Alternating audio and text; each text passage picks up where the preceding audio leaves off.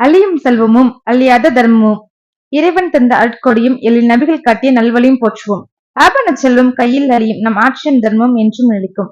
அழியும் செல்வம் காணல் நீர் அது அள்ளித் தருதல் என்றும் நிலையாகும். அழியாத தர்மம் ஒன்றே நம்மை மறுமை வாசலில் காப்பதாகும். வீழ்ந்த விலை மீண்டும் ஏறும் ஆனால் செய்த தர்மம் என்றும் குறையாது என்று கூறி எனது உரையை ஆரம்பம் செய்கிறேன். அஸ்ஸலாமு அலைக்கும் வரஹ்மத்துல்லாஹி வபரகாத்துஹு. உலகச் செல்வம் என்பது கடலில் போன்றது. அல்லாஹ் குர்ஆன்ல ஒரு அற்புதமான உதாரணத்தை கூறுறான். உலக வாழ்க்கை என்பது வானத்திலிருந்து நம் இறக்கிய நீரை போன்றது என்று சூரத்துல் கஹ்ஃப்ல குறிப்பிட்டு காட்டுறான். அந்த நீர் பூமியில விழுந்து செடிகளை வளர்க்குது. பார்ப்பதற்கு பசுமையா இருக்கு. ஆனா கொஞ்ச காலத்திலேயே அது காய்ந்து சருக்காகி காத்துல பறந்து விடுது என்பதை மனிதன் மறந்து வாழ்ந்து கொண்டிருக்கின்றான். மனிதனின் செல்வமும் அப்படித்தான். இளமையில தேடுறான், முதுமையில பாக்குறான், அவனுக்கு மரணம் வந்தவுடன் அப்படியே விட்டு விட்டு போயிடான். நம்ம செல்வத்தை பாதுகாப்பா நினைக்கிறோம், நம்முடைய பிள்ளைக்கு நம்ம குடும்பத்துக்கு நம்ம சேர்த்து வைக்கிறோம். ஆனா உண்மையில செல்வம் நம்ம சிறைபிடித்து வைத்து விடுகிறது.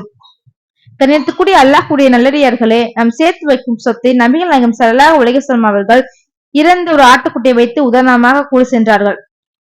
ஒரு முறை நபிகள் நாயகம் ஸல்லல்லாஹு அலைஹி வஸல்லம் அவங்க சந்த வழியா சென்ற போது காது அறுந்து செத்த ஆட்டுக்குட்டி ஒன்றை கண்டார்கள்.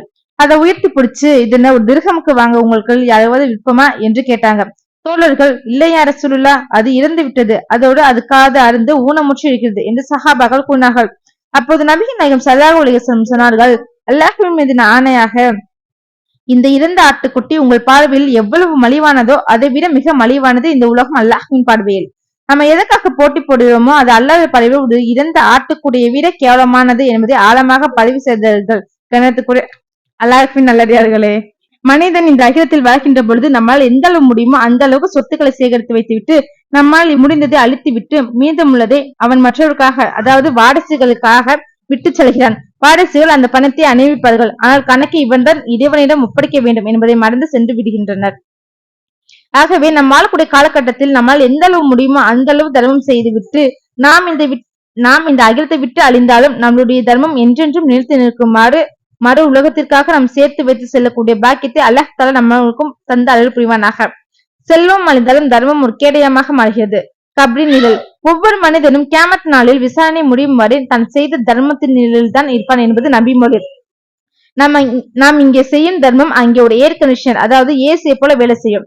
தர்மம் செய்ய வசதி இல்லாவிட்டாலும் கஷ்டப்படுறவங்களுக்கு கடன் கொடுக்கிறது, அந்த கடனை திருப்பி கொடுக்க அவகாசம் அளிப்பதும் கூட ஒரு மகத்தான தர்மம் என்று நபிகள் நாயகம் ஸல்லல்லாஹு அலைஹி வஸல்லம் அவர்கள் கூறி சென்றிருக்கிறார்கள் என்பதை நாம் மறந்துவிடக் கூடாது. அல்லாஹ்வின் நல்லடியார்களே, தர்மம் என்பது பணம் கொடுப்பது மட்டுமல்ல, ஒரு முதியவருக்கு உதவுவது, ஒரு முகம் மலர பேசுவது, பணம் நடந்து பிறக்கும் பாதையில் உள்ள முள்ளை அகற்றுவது, இவைகளும் தர்மமே.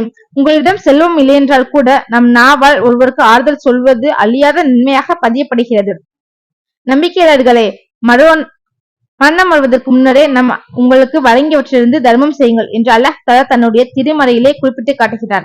நாளை என்பது நமக்கு சொந்தம் இல்லாதது.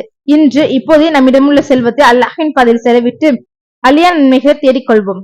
நம் செல்வத்தை சேர்த்தால் அது நம்மை மண்ணுக்கு கீழே தள்ளும். நம் தர்மத்தை சேர்த்தால் அது நம்மை சொர்க்கத்திற்கு தூக்கிச் செல்லும் என்பதை நம் மனதில் வைத்துக் கொண்டு இறைவனுடைய பாதையில் தர்மம் செய்வதற்கு அல்லாஹ் தஆலா நம்மளுக்கும் நாடுவானாக. நம்மளுக்கும் நம்மை சார்ந்தவர்களுக்கும் அல்லாஹ் தஆலா அப்படிப்பட்ட பாக்கியத்தை அளித்து சொர்க்கத்தை நமக்கு வாஜிபாக்கி தருவானாக என்று கேட்டுக்கொண்டு என்னுடைய உரையை முடித்துக் கொள்கிறேன். அஸ்ஸலாமு அலைக்கும் வரஹ்மத்துல்லாஹி வபரகாத்துஹு.